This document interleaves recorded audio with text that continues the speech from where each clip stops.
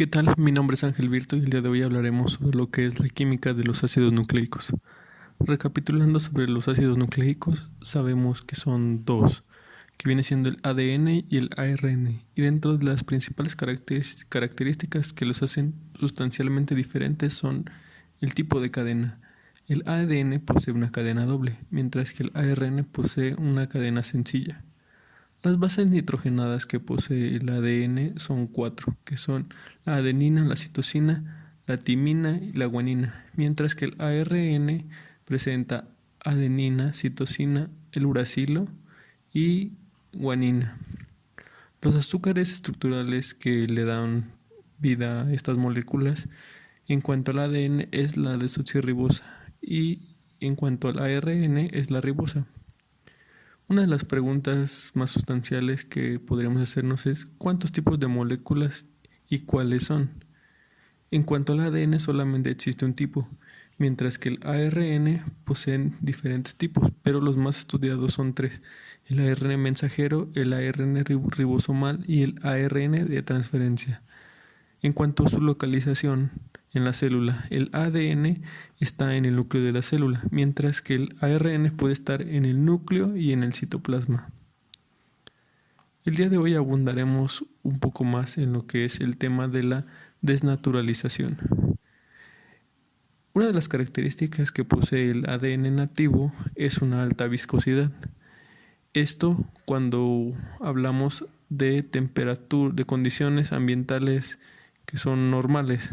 Estamos hablando de un pH neutro y una temperatura ambiente aproximada de 25 grados centígrados.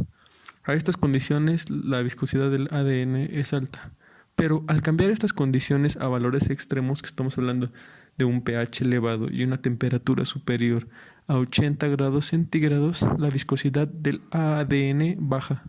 Esto nos indica que existió un cambio físico en su estructura. Como podemos ver en la gráfica, si ponemos el ejemplo con el ADN, observamos una hebra de doble cadena, pero a medida que la temperatura va aumentando, vemos cómo estas dos hebras se van separando. Hablando del caso específico de la desnaturalización del ADN, sabemos que el ADN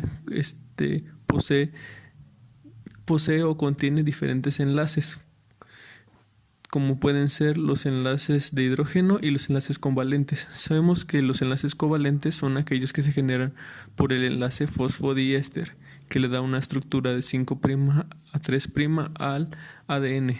Y los puentes de hidrógeno son los que se generan entre las bases nitrogenadas. En cuanto a la separación o cuando se realiza la desnaturalización, los enlaces que se rompen son los de puente de hidrógeno, no los enlaces covalentes. Como ya mencionamos, los principales factores que intervienen en la desnaturalización del ADN son la temperatura y el pH, pero a este también podemos sumarle el agua destilada, que es la que produce la separación de las dos hebras. Muy bien, las moléculas de ADN de origen bacteriano o de origen vírico tienen una temperatura de desnaturalización característica para cada uno de ellos, la cual es denominada punto de fusión, o también se conoce como TM, que hace referencia a la temperatura a la cual la mitad del ADN se entra o se descompone en hebras sencillas separadas. ¿Y esto a qué se debe? Pues la respuesta es que cuanto mayor contenido tengamos en nuestras bases nitrogenadas de guanina y citosina, más alto es el punto de fusión del ADN. Esto se debe a que los pares de bases cuentan con 3 puentes de hidrógeno y por lo tanto requieren más energía calorífica para disociarse a comparación de los que son de unión adenina-timina. Como podemos ver en la gráfica, están marcados en línea punteada los enlaces de color rojo, lo que viene siendo los enlaces de adenina, adenina-timina y guanina-citosina. En la siguiente gráfica, que tenemos dos, que es la A y la B, podemos observar vemos representado lo que viene siendo dos temperaturas de fusión, que vienen siendo, vemos ahí graficado el porcentaje de desnaturalización con la temperatura y podemos observar que está graficado en color azul y de color rojo, las dos diferentes. De manera más representativa podemos observar en la gráfica B, en cuanto a estamos observando una gráfica que está graficando el porcentaje total de nucleótidos de porcentajes de bases guaninas y citosinas en cuanto a la temperatura, a la temperatura media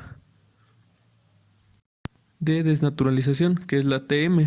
Como podemos observar, son diferentes puntos graficados y lo que nos denota es que a mayor porcentaje de guanina y citosina, la temperatura requerida para su desnaturalización es mayor. Como sabemos, algunas regiones del ADN son más ricas en contenido de adenina y timina. ¿Esto qué quiere decir? Que al momento de desnaturalizarlo no va a ser de manera proporcional. Estas regiones que tienen una mayor cantidad de adenina y timina se van a empezar a desnaturalizar de una manera más rápida que las que son ricas en contenidos de guanina y citosina. Esto nos va a generar lo que son denominadas las burbujas en el ADN en cuanto a su desnaturalización. Ahora bien, los dúplets formados por dos hebras de ARN o por una de ARN y otra de ADN, que vienen siendo los híbridos RNA y DNA, también pueden desnaturalizarse. Un hecho notable es que los dúplets de ARN son más estables que los dúplets de ADN. A pH neutro, un RNA de doble hélice se desnaturaliza a temperatura de 20 grados centígrados o por encima de las temperaturas de desnaturalización de una molécula de ADN de secuencia completa. La estabilidad de un híbrido RNA y DNA es normalmente intermedia entre la RNA y la de un DNA. Se desconoce la base física de la diferencia entre la estabilidad hasta estos días. Muy bien, también como existe el proceso de desnaturalización, existe un proceso de renaturalización del ADN. En este caso existen dos modalidades y dos principales diferencias, como las veremos a continuación. Existen dos modalidades. Cuando existe un segmento de la doble hélice de una docena o más que se mantienen unidas por las dos hebras y cuando las hebras están completamente separadas. Este proceso de renaturalización del ADN puede ser un proceso rápido. Esto se da en el caso de que los segmentos estén aún unidos. Cuando la temperatura o el pH retoma los valores situados dentro de los márgenes biológicos naturales, los segmentos desenrollados de las dos hebras vuelven a enrollarse espontáneamente o a hibridar para establecer el dúplex intacto, como podemos observar en la primera parte o en la parte superior de nuestro esquema que se encuentra del lado derecho. Sin embargo, si las dos hebras están completamente separadas, la renaturalización se produce en dos pasos.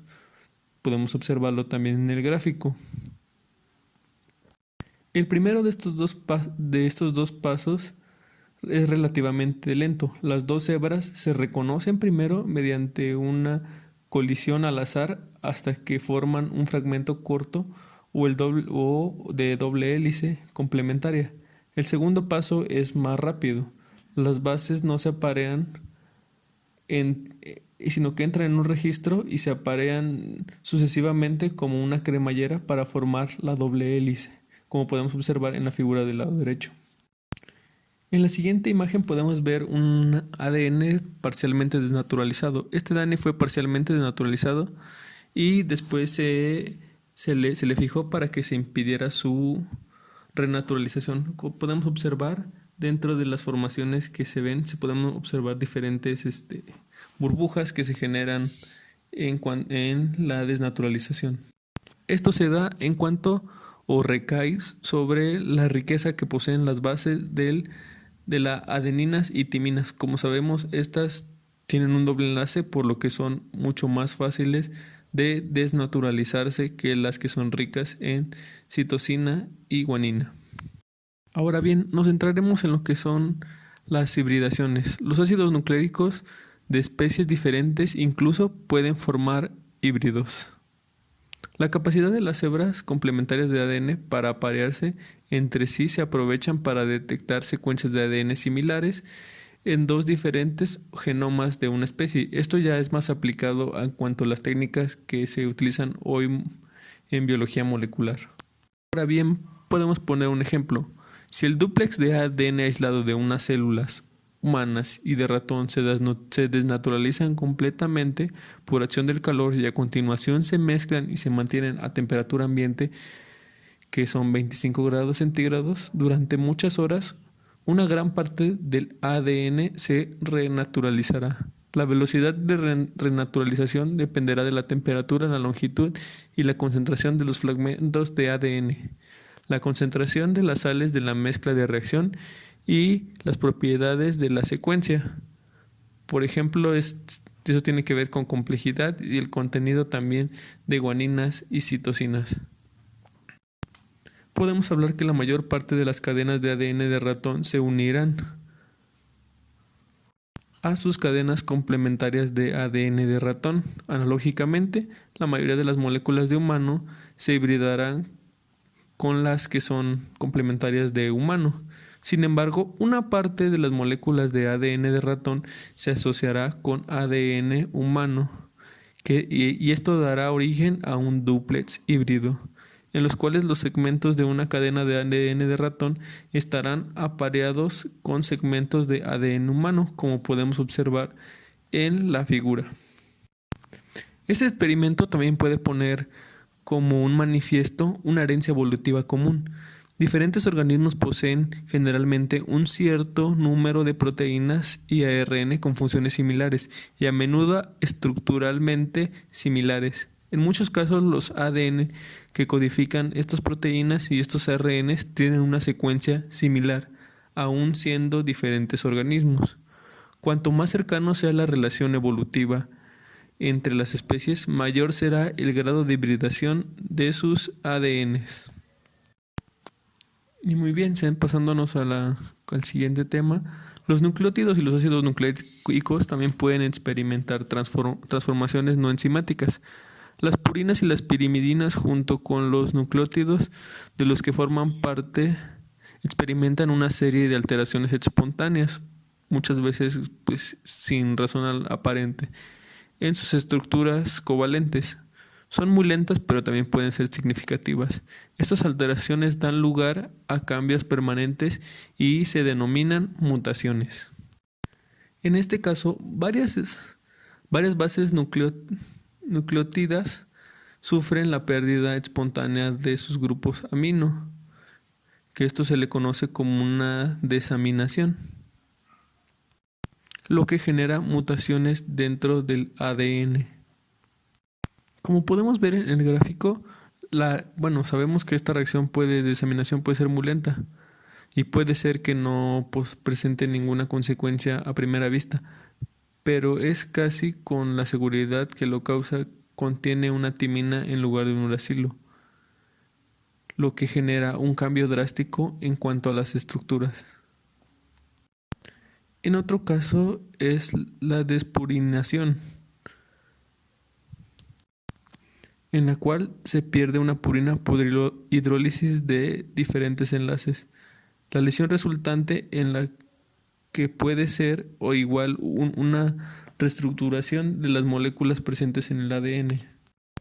Uno pensaría que ninguna de estas modificaciones dentro de pequeños grupos que se encuentran dentro de los enlaces y los componentes del ADN no tendrán ninguna repercusión para nosotros, pero esas mutaciones pueden ser ahora sí que detonantes de diferentes enfermedades y se han visto que tienen diferentes orígenes también que pueden ser provocados.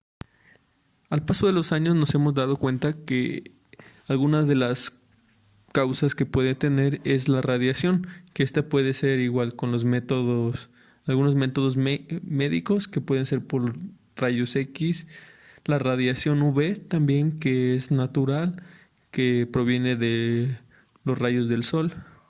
Algunos químicos también se ha visto que pueden generar algunas mutaciones que pueden ser el humo del cigarro, los nitratos y los conservantes y algunas sustancias que utilizamos para la limpieza y aseamiento personal. Y también algunos de ellos también pueden ser de origen natural, que son agentes infecciosos. Un caso o un ejemplo de ello es el virus de papiloma humano,